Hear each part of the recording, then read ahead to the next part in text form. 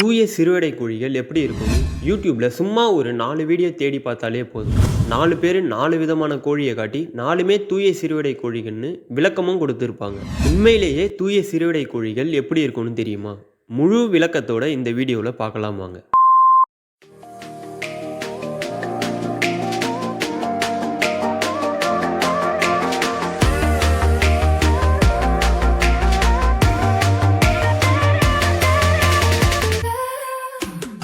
தூய சிறுவிடை கோழிகள் ஆங்கிலத்தில் ரெட் ஜங்கிள் ஃப்ளோன்னு குறிப்பிடப்படுது.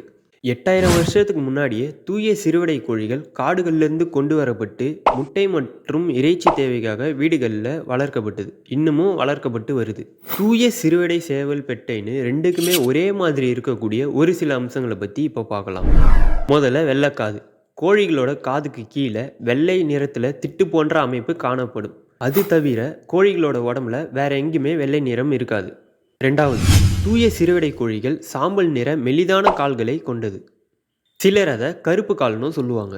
இப்போ இருக்கக்கூடிய பெரும்பாலான சிறுவிடை கோழிகள் தடிமனான மஞ்சள் நிற கால்களையே கொண்டதாக உள்ளது. மூணாவது, தூய சிறுவிடை கோழிகளோட கண்கள் பிரகாசமான ஆரஞ்சு நிறத்தில் மட்டுமே இருக்கும். நாலாவது, கத்தி கொண்டை. தூய சிறுவிடை கோழிகளோட கொண்டை சீப்பு போன்ற அமைப்பை கொண்டது. பெட்டை கோழிகளுக்கு தலைக்கு மேலே இருக்கக்கூடிய கொண்டையும் கழுத்துக்கு கீழே இருக்கக்கூடிய தாடி போன்ற அமைப்பும் மிக சிறிய அளவிலேயே இருக்கும்.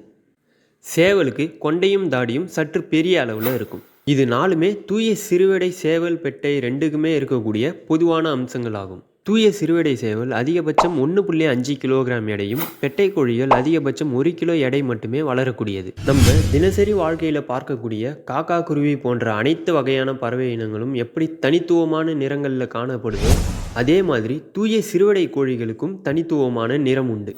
சேவல் மேல் பகுதியில் இருக்கக்கூடிய இறகுகள் ஆரஞ்சு கலந்த சிவப்பு நிறத்திலும், கழுத்து பகுதியில் இருக்கக்கூடிய நீளமான இறகுகள் மஞ்சள் நிறத்திலும், அடிப்பகுதியில் இருக்கக்கூடிய இறகுகள் மற்றும் வால் கருப்பு நிறத்தில் அமைந்திருக்கும்.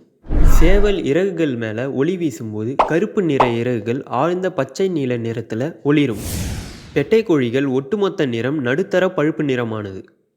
கருப்பு அல்லது அடர் பழுப்பு நிற வால், வெளிர் பழுப்பு நிற மார்பகம், தலை மற்றும் கழுத்தில் அடர்த்தியான ஆரஞ்சு மற்றும் கருப்பு கோடுகள் மற்றும் மார்பகத்திலும் மேல் பகுதியிலும் பரவலான வெண்மையான கோடுகள் இருக்கும். மக்கள் கிட்ட போதிய அளவு விழிப்புணர்வு இல்லாத காரணத்தினால மற்ற கோழி இனங்களை தெரியாமல் சிறுவிடை கோழிகளோடு கலந்து வளர்த்ததுனால இப்போ இருக்க சிறுவிடை கோழிகள் பலவிதமான நிறங்கள் மற்றும் உருவ அமைப்பில் காணப்படுது. நம்ம தூய சிறுவிடை கோழிகளை பாதுகாக்க தவறிட்டோம். ஆனால் தூய சிறுவிடை கோழிகளுக்கு இணையான தரத்தில் இருக்கக்கூடிய சிறுவிடை கோழிகள் இன்னமும் ஒரு சில பகுதிகளில் வளர்க்கப்பட்டு வருது. தரமான சிறுவிடை கோழிகள் எந்த பகுதியில் கிடைக்கும்னு உங்களோட கருத்துக்களை மறக்காமல் கமெண்ட் பாக்ஸில் பதிவு பண்ணிட்டு போயிடுங்க.